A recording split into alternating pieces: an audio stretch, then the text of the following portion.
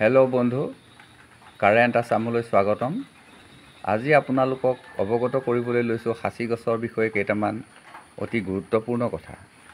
সেইকেইটা হৈছে, সাঁচি গছেই এনেকুৱা এবিধ গছ যি আপোনাক একেবাৰে সৰুৰ পৰাই পইচা দিবৰ কাৰণে প্ৰস্তুত হৈ থাকে। ধৰক আপোনাৰ ঘৰত 10জোপা সাঁচি গছ আছে, আপুনি সেই সাঁচি গছবিলাকৰ পৰা গুটিবিলাক সংগ্ৰহ কৰিছে। সেই গুটিবিলাকো আপোনাৰ কেজি হিচাপত বিক্ৰী হৈ যায়। 1 কেজি গুটিৰ দাম 400-500 তেনেকৈ আপোনাৰ বিক্ৰী হৈ যায়।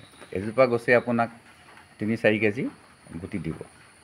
ইয়াৰ পিছতে যদি আপুনি সেই গুটিখিনি পচোৱাৰ পিছতো আপোনাৰ সেই গুটিখিনি শ হিচাপত বিক্ৰী হয়।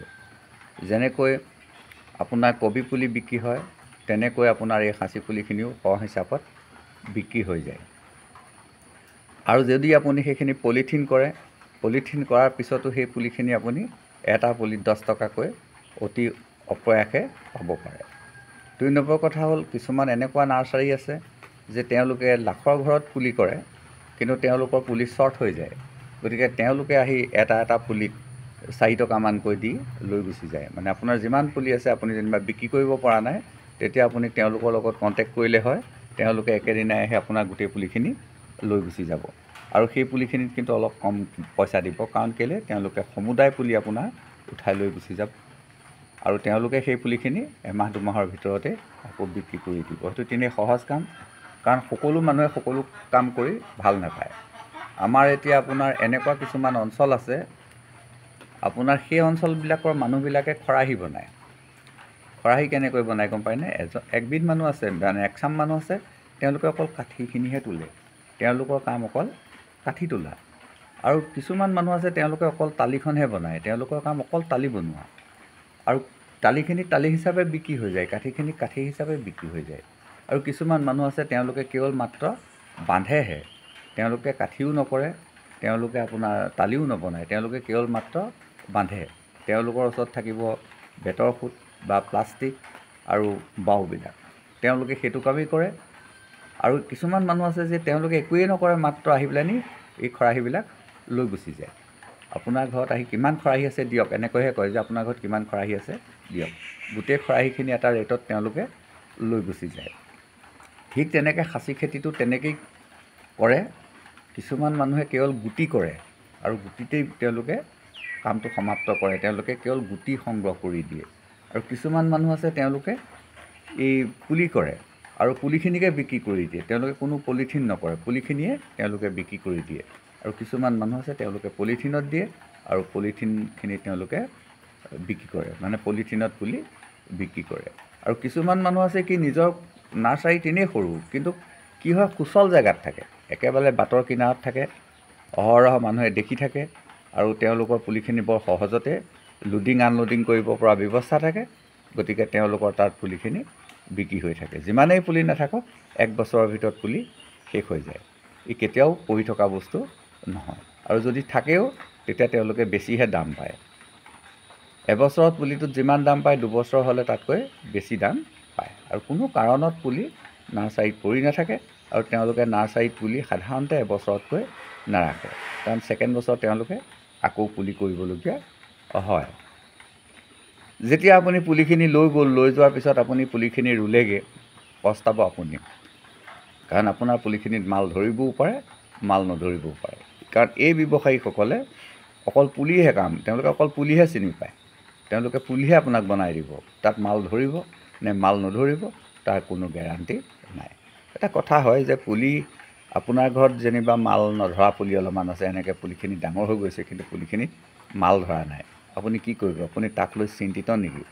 নহয়, আপুনি কদাপি চিন্তিত নহ'ব, কাৰণ আপোনাক সাঁচি গছজোপাই 1000 টকা হ'লেও দি যাব, কেতিয়াও আপোনাৰ সাঁচি গছজোপা অথলে নাযায়। এজোপা সাঁচি গছে আপোনাক কেতিয়াও ঘাটি নোখোৱায়, কাৰণ আপোনাৰ যদি 10 বছৰো আপোনাৰ ঘৰত পুলিটোৰ হৈছে, কোনো কথা নাই। কিন্তু এনেকুৱা কিছুমান পুলি আঁতৰাই পঠিয়াব লাগে, যিবিলাক পুলি এনেই মাত্ৰ গজি আছে, সি কোনো ডাঙৰ হ'ব পৰা নাই, গেথেলা লাগি আছে, তেনেকুৱা পুলিবিলাক আপুনি বাগানৰ পৰা আঁতৰাই দিয়ক। আৰু সাঁচি বাগান বুলিবলৈ গ'লে আপুনি 2 কঠা মাটিত যে কৰিব লাগিব, এনে কোনো কথা নাই। ইয়াক আপুনি য'তে ত'তে কৰিব পাৰে। আপুনি পিৰালিৰ পৰা এফুটমান আঁতৰতো এটা পুলি লগাই দিব পাৰে, সি আপোনাৰ একো ক্ষতি নকৰে। হাও হাওকৈ বাঢ়ি যাব, আপুনি ডালবিলাক কাটি দিয়ক, সি বাঢ়ি যাব আপোনাৰ ঘৰটোতকৈ একেবাৰে ওপৰলৈ গুচি যাব, আৰু দেখিব সিহে আপোনাক প্ৰচুৰ টকা দিব।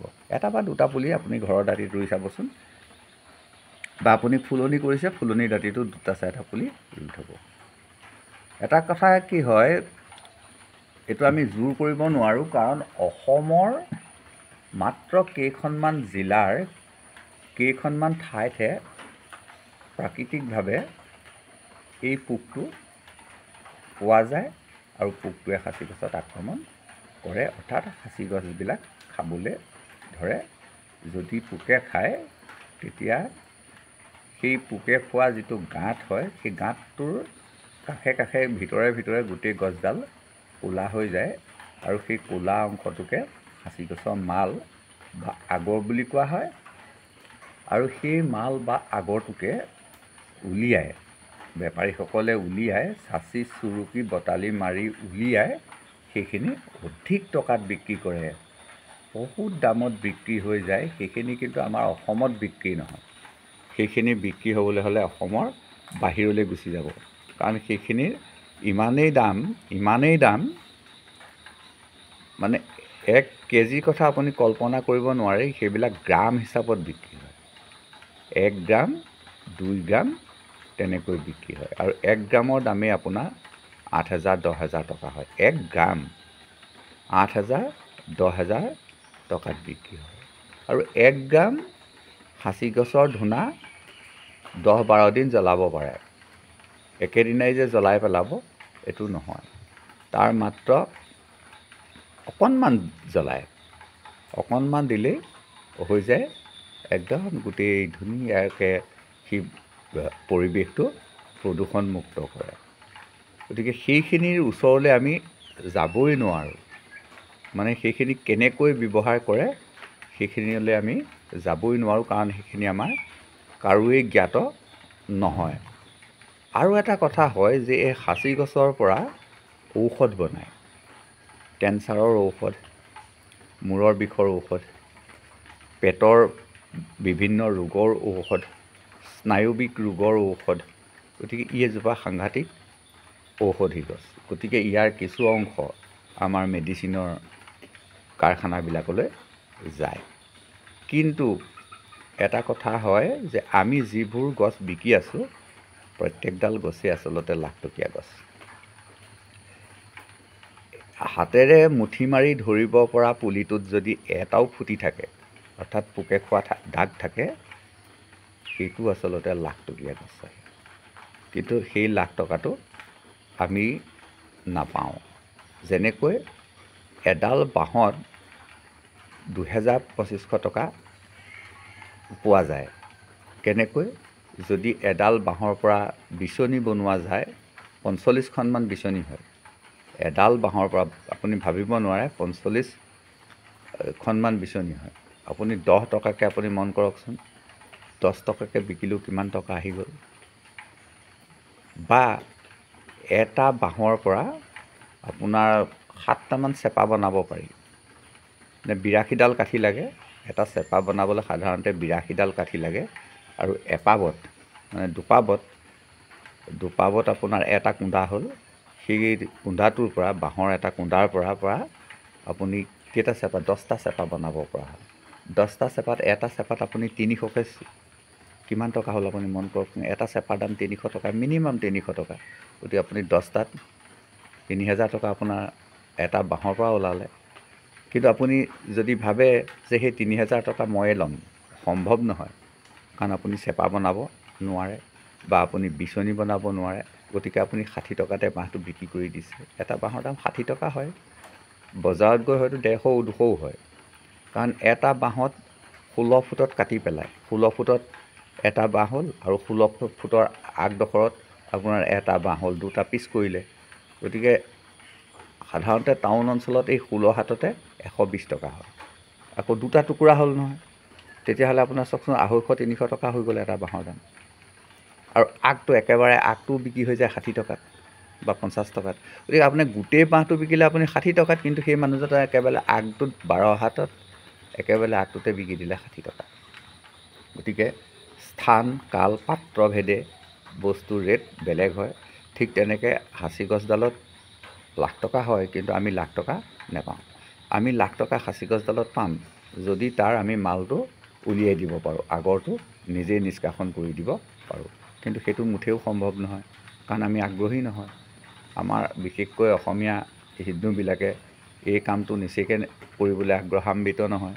আজিকালি কৰিবলৈ লৈছে, কিন্তু কৰিবলৈ ল'লেও কি হয়, আপুনি সাঁচি গছডাল কাটিলে, কাটি আপুনি মালখিনি ধৰক উলিয়ালে, আপুনি কিমানলৈকে যাব পাৰিব। যিটো প্ৰথম অৱস্থাত যিটো বাংডাং হয়, মানে মহুৰা সদৃশ কৰি পেলাই, এইটো বাংডাং বুলি কয়। আপুনি সিমানলৈকে যাব পাৰিব, তাৰপিছত আপুনি যাব নোৱাৰে। কাৰণ কেলৈ, মালটো বনাবলৈ, তাৰ পৰা উলিয়াবলৈ 6-7টা বটালিৰ প্ৰয়োজন হয়, 6-7 বিধ, গম পাইছেনে? 6-7 বিধমান বটালি দৰকাৰ হয়। আৰু সেই বটালিবিলাকে এনেকৈ চাচি থাকে, চাচি বগা অংশখিনি বাদ দি দিব লাগিব, সমূলঞ্চে বগা অংশখিনি বাদ দি দিব লাগিব। আৰু বগা অংশখিনি বাদ দিবলৈ যাওঁতে যিখিনি চুচ ওলায়, সেই চুচখিনিও কেজি হিচাপত বিক্ৰী হৈ যায়। আৰু আপুনি উলিয়ালেই যেনিবা, উলিওৱাৰ পিছত সেইখিনিকতো আপোনাক ক্ৰেতা নোলাব, কাৰণ সেইখিনি কিনিবৰ কাৰণে ক্ৰেতাসকল আহি যায় আপোনাৰ ঠিক নাহৰণি, বাতিপুৰীয়া, অৰ্থাৎ গোলাঘাট ডিষ্ট্ৰিক্টৰ কিছুমান কাৰখানা আছে। সেই কাৰখানাবিলাকলৈ মানুহ আহে। ক'ৰ পৰা আহে জানেনে? হোজাইৰ পৰা। কাৰণ হোজাইটো হ'ল সাঁচি গছৰ ব্যৱসায়ৰ কেন্দ্ৰবিন্দু। অসমৰ কেন্দ্ৰবিন্দু হ'ল হোজাই। আৰু হোজাইলৈ মানুহখিনি ক'ৰ পৰা আহে? ডুবাইৰ পৰা আহে, বা হোজাইৰ মানুহখিনি পোনপটীয়াকৈ ডুবাইলৈ মাল লৈ গুচি যায়। আৰু মাল লৈ গুচি গ'লেওতো তেওঁলোকে য'তে ত'তে বিকিব নোৱাৰে, কাৰণ ডুবাইত আমাৰ অসমৰেই দোকান আছে প্ৰায় 25খনমান, একে জেগাতে আছে 25খনমান। তাতেই চবতকৈ মূল্যৱান সাঁচি গছখিনি পোৱা যায়, মানে সাঁচি গছৰ আগৰখিনি পোৱা যায়। গতিকে সেই বজাৰখনত অত্যন্ত ভিৰ। যি অসমৰ যিকেইখন দোকান আছে, সেই দোকানকেইখনত অত্যন্ত ভিৰ। মই একেবাৰে ডুবাইৰ কথা কৈ আছোঁ। ডুবাইত যিকেইখন আমাৰ অসমীয়া মানুহৰ, মানে অসমৰ পৰা গৈ দোকান খুলিছে, আগৰৰ দোকান খুলিছে, সেইকেইখনত অত্যন্ত ভিৰ। মানে তাত মানুহ একেবাৰে লাইন লাগি থাকে। আৰু কোটি কোটি টকাৰ আগৰ প্ৰত্যেক দিনেই বিক্ৰী হয়। প্ৰত্যেক দিনেই কোটি কোটি টকাৰ আগৰ বিক্ৰী হোৱাৰ কাৰণে তেওঁলোকে ডুবাইৰ পৰা হোজাইলৈ ন'টিচ পঠিয়ায় যে আমাক ইমান মাল লাগে, ইমান কেজি মাল লাগে। গতিকে ইয়াত আহি পেলাইনি কি হয়, হোজাইত হুলস্থুল লাগি যায় যে ইমান মালৰ অৰ্ডাৰ আছে। কাৰণ তেওঁলোকে প্ৰচুৰ টকা পায়, ইমান মালৰ অৰ্ডাৰ আছে। তেওঁলোকে সেই কথাখিনি আমাৰ গোলাঘাট জিলা বা নামটি ইত্যাদি জেগাবিলাকলৈ তেওঁলোকে খবৰ পঠিয়াই যে ইমান কেজি মাল লাগে। গতিকে আমাৰ গোলাঘাটত যিখিনি মানুহ আছে, তেওঁলোকৰ তৎপৰ হৈ যায় যে সাঁচি গছ লাগে। কিন্তু সাঁচি গছত নিব কোনে? সৰু সৰু কিছুমান বেপাৰী আছে, যি চাইকেলত বা মটৰ চাইকেলত বা গাড়ীত মাল কঢ়িয়ায়। তেওঁলোকে আহি কি হয়, ইয়াত একেবাৰে সৰু সৰু পুলিবিলাককে কাটি দিয়ে। কাৰণ এজোপা সাঁচি গছ সাধাৰণতে 30 বছৰ 40 বছৰ ইমান বয়সত কাটিব লাগে। কিন্তু ইমানেই মালৰ নাটনি হয় যে তেওঁলোকে যিটো মুঠি মাৰি ধৰিব পাৰে তেনেকুৱা পুলিটো লৈ যায়, অৰ্থাৎ 1 পিচে মাল ওলাব। কিন্তু সেই 1 পিচ মালৰ দামে হয়তো লাখ টকা হ'ল, গম পাইছে? মানে ফুটিটো এবছৰ হ'বলৈ পালেই তেওঁলোকে কাটি লৈ যায়। পুলিটোৰ বয়স কিমান নাচায়, তেওঁলোকে মাত্ৰ তেওঁলোকৰ লক্ষ্য যে যিটো ফুটি পৰিছে, এই ফুটিটোৰ বয়স এবছৰ হৈছে। কিন্তু এটা কথা আমি জনা উচিত যে এজোপা গছত এটা ফুটি পৰিলেই আপুনি জানি ল'ব লাগিব যে এই গছজোপাত ফুটি শতাধিক পৰিব। এটা পৰিয়ে কেতিয়াও ৰৈ নাথাকে। এই বছৰ যদি এটা পৰে, অহা বছৰ সেইজোপাত ফুটি 2টা বা 3টা ফুটি আহি যাব। তাৰ পাছৰ বছৰত 5টা বা 10টা ফুটি আহিব। এনেকৈ ফুটি বাঢ়ি এদিন আপোনাৰ গছজোপা সম্পূৰ্ণ ৰোগাক্ৰান্ত হৈ যাব। মানে প্ৰায় 15 বছৰ, 20 বছৰ, 30 বছৰ, কোনো গেৰাণ্টি নাই। ইমান বছৰলৈকে তাক পোকে খাই থাকিব। আমি সাধাৰণতে যেতিয়া আমাৰ গছবিলাক দেখুৱাওঁ তেতিয়া আমাৰ কয় বেপাৰীবিলাকে যে আপুনি অলপমান ৰওক, কাৰণ আপোনাৰ এই গছডালৰ ফুটিখিনি বুঢ়া হোৱা নাই, এনেকৈ কয় যে ফুটিখিনি বুঢ়া হোৱা নাই, আপুনি অকণমান ৰওক, অহা বছৰ ইয়াত পাব। কিন্তু অহা বছৰ গ'লে কি হয় জানেনে? অহা বছৰ আকৌ নতুন ফুটি আহে। তেওঁলোকে কয় যে আপোনাৰ গছজোপাত ফুটি আছে, কিন্তু আপুনি ৰ'ব লাগিব, কাৰণ আপোনাৰ হোৱা নাই, পুলিটো এতিয়াও কাটিব হোৱা নাই, কাৰণ নতুন নতুন ফুটি ধৰি আছে। আকৌ আপুনি 5 বছৰ যেতিয়া দেখুৱাব, তেতিয়া ক'ব যে আপোনাৰ গছজোপাত কিন্তু মাল আছে, আপুনি পইচা পাব, কিন্তু এইকেইটা আপোনাৰ হ'ব লাগিব, মানে এই দাগকেইটা যে দেখিছে আপোনাক দেখুৱাই দিব, এইকেইটা আপোনাৰ মেচিয়ৰ হ'ব লাগিব। আপুনি গছডাল দিব পাৰিব, মই কাটি নিম, এতিয়াই কাটি নিম, কিন্তু এইকেইটা যদি হৈ যায় তেতিয়া আপুনি কিন্তু গছডালত দাম পাব। সেই কথাটো সেই বেপাৰীজনে কোৱাতকৈ আপুনি জানিব লাগিব, কাৰণ বেপাৰীজনে গছ লাগে, আপোনাক সেই কথাখিনি বুজাই নাথাকিবও পাৰে। কেতিয়া বুজাব? যেতিয়া আপুনি গছডালত 4 লাখ লাগে বুলি ক'ব, তেতিয়াহে মানুহজনে ক'ব যে আপুনি 4 লাখ পাব গছডালত, কোনো কথা নাই, কিন্তু আপোনাৰ এই ফুটিকেইটা মেচিয়ৰ হ'ব লাগিব, কাৰণ মানুহজনৰ বিশ্বাস হ'ব লাগিব যে মানুহজনে গছডাল নিদিয়ে।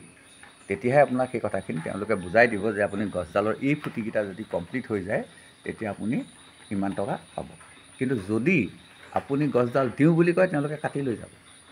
কিন্তু তেওঁলোকে খুব জনা মানুহে কিন্তু খুব দুখ মনেহে সেই গছডাল কাটিব, কাৰণ তেওঁলোকেও জানে যে এইডাল বহুত হেভি গছ আমি বয়সতে কাটি দিবলগীয়া হৈছে। মনে তেওঁলোকৰ নকয়, কিন্তু তেওঁলোকৰ কৰিবলৈ তেওঁলোকে সেই গছডাল কাটিবলৈ বাধ্য হয়, কাৰণ তেওঁলোকৰ সেইটো জীৱিকা। সেই গছডাল কাটি পেলাইনি তেওঁলোকে যেতিয়া মানে আপ লাইনত গৈ পেলাইনি চমজাই দিব, তেতিয়াই সেইটোৱে তেওঁলোকৰ দায়িত্ব, তেওঁলোকে নিবই লাগিব। আৰু তেওঁলোক সাধাৰণতে এনেকুৱা মানুহ যে আনৰ পৰা 1000 টকা লৈ আহে, কাৰোবাৰ পৰা হয়তো 10,000 টকা এটা লৈ আহিছে, যে দিয়াচোন গছ কেইডালমান মই লৈ আহিম, 10,000 টকা, তেওঁ 10,000 টকা লৈ আহিছে, আৰু সেই 10,000 টকা তেওঁ হয় গধূলি টকা বেক কৰিব লাগিব, নহয় গছ বেক কৰিব লাগিব। গতিকে তেওঁলোকে ভাবে যে টকা বেক কৰিলে মোলৈ একো নাথাকিব, গতিকে মই গছেই বেক কৰিব লাগিব। গতিকে তেওঁলোকে ধাহি মুহি গছখিনি কাটি লৈ গুচি যায়। ফলত কি হয়, আমি খেতিয়কসকল একেবাৰে মানে হতাশগ্ৰস্ত হৈ যাওঁ। গছজোপাত আমি যিমান টকা পাম বুলি, লাখ টকা পাম বুলিহে আমি কৰিছিলোঁ, কিন্তু শেষত দেখিলোঁ যে গছডালত আমি লাখ টকা নাপালোঁ, 10,000 টকাত দি দিবলগীয়া হ'ল। গতিকে মন পেলাই নিদিব, আপোনালোকে যেতিয়া খাচী খেতি কৰিছে আপুনি মন পেলাই নিদিব, আপুনি নিবিকিব গছ নিবিকিবই। আপুনি যেতিয়ালৈকে আপুনি এটা সিদ্ধান্ত কৰক, মই এটা সময়ত এনেকুৱা আছিলে যে বাৰীলৈ যদি কোনোবা যায় মই কওঁ যাওক 10,000 টকীয়া পুলি কেইটা আছে কাটি আনক, গম পালে। কিন্তু তেওঁলোকে তেতিয়া কোনোবাই 2টা বা 3টাত তেওঁলোকে দাম দিয়ে, যে 3টাত আপোনাক 10,000 দিম, মই নিদিওঁ, কাৰণ মোৰ টাৰ্গেটটো হ'ল এজোপাত মই 10,000 পাব লাগিব।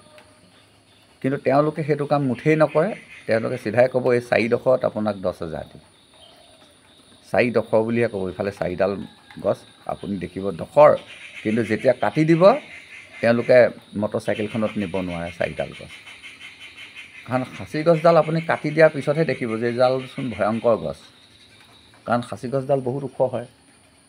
হয়তো আপুনি কটা গছডালত 40 ফুট ওখ আছিলে, আপুনি গুৰিটোহে চাই আছে, কিন্তু ভাল খাচী গছৰ গুৰিৰ পৰা আগলৈকে সমান। গতিকে গুৰিত যিমান আপোনাৰ কাঠ ওলাব, আগলৈকো সিমানেই কাঠ ওলাব। গতিকে এডাল গছতে আপোনাৰ 1 চাইকেল হৈ যায়। যদি আপোনাৰ 4ডাল গছ মুটাই তেখেতে কাটিলে হৈ গ'ল, আৰু তেখেতে 1 চাইকেলত নিবই নোৱাৰে।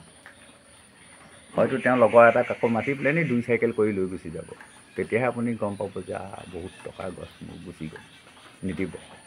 সেইকাৰণে আপুনি সেইটো নিৰীখ কৰি লওক। মই যেনেকৈ 10,000 লাগে বুলি কৈছোঁ, আপুনি কৈ দিয়ক যে মই এতিয়া কিন্তু দিন সলনি হৈছে, মই আজি আপোনাৰ 20 বছৰ আগৰ কথা কৈ আছোঁ, এতিয়া হ'লেতো ক'ব লাগিব লাখ টকা, যে লাখ টকীয়া গছ আছে নেকি চাওক।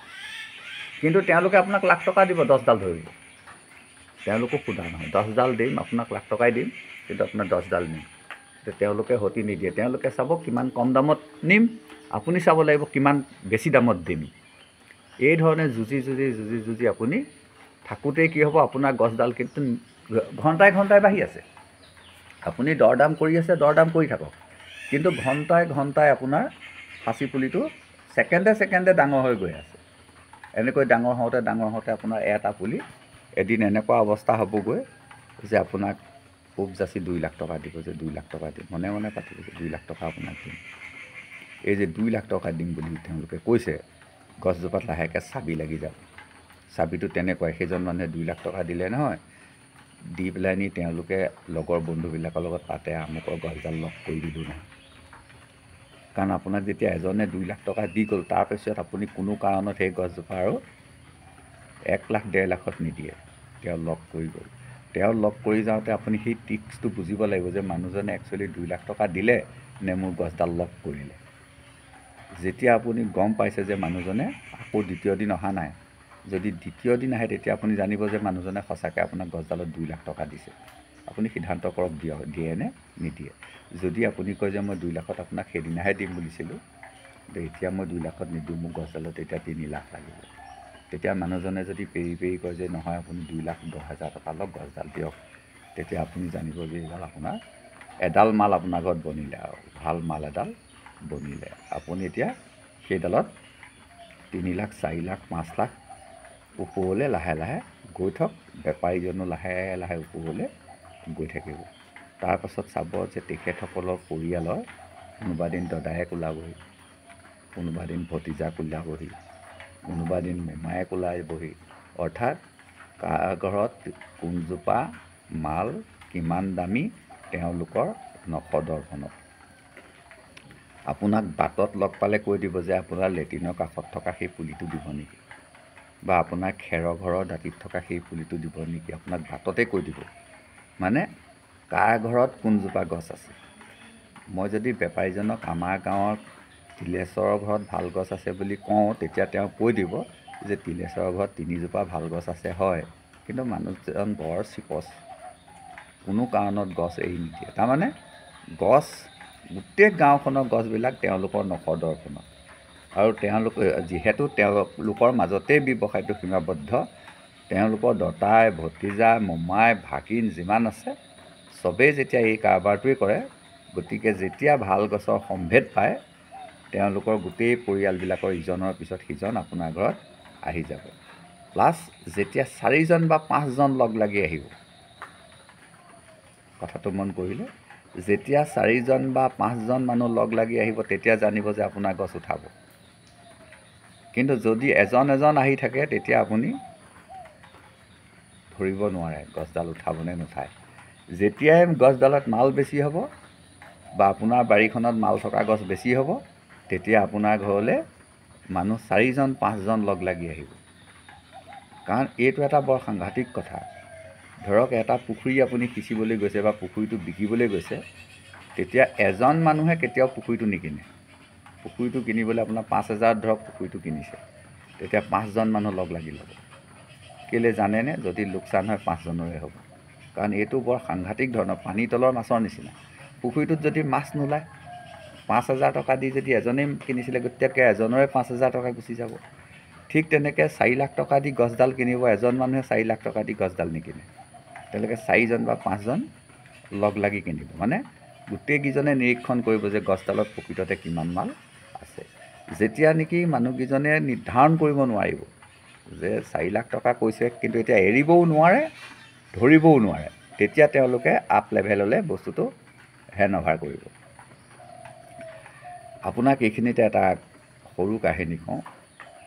ট্ৰেইনত যে কিছুমান পকেট মাৰা থাকে, সেই পকেট মাৰাবিলাকে কি কৰে, ট্ৰেইনত উঠিলে তেওঁ কিমান টকা লৈ গৈছে সেই কথাটো তেওঁলোকে অনুমান কৰিব।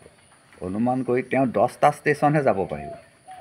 10টা ষ্টেচনৰ ভিতৰত মানুহজনৰ পৰা পইচাটো তেওঁ কাঢ়ি ল'ব এতিয়া। কিন্তু 10টা ষ্টেচনৰ ভিতৰত যদি সুচল নহয়, সেই 10টাৰ পিছত সেই মানুহজন বিক্ৰী হৈ যায়।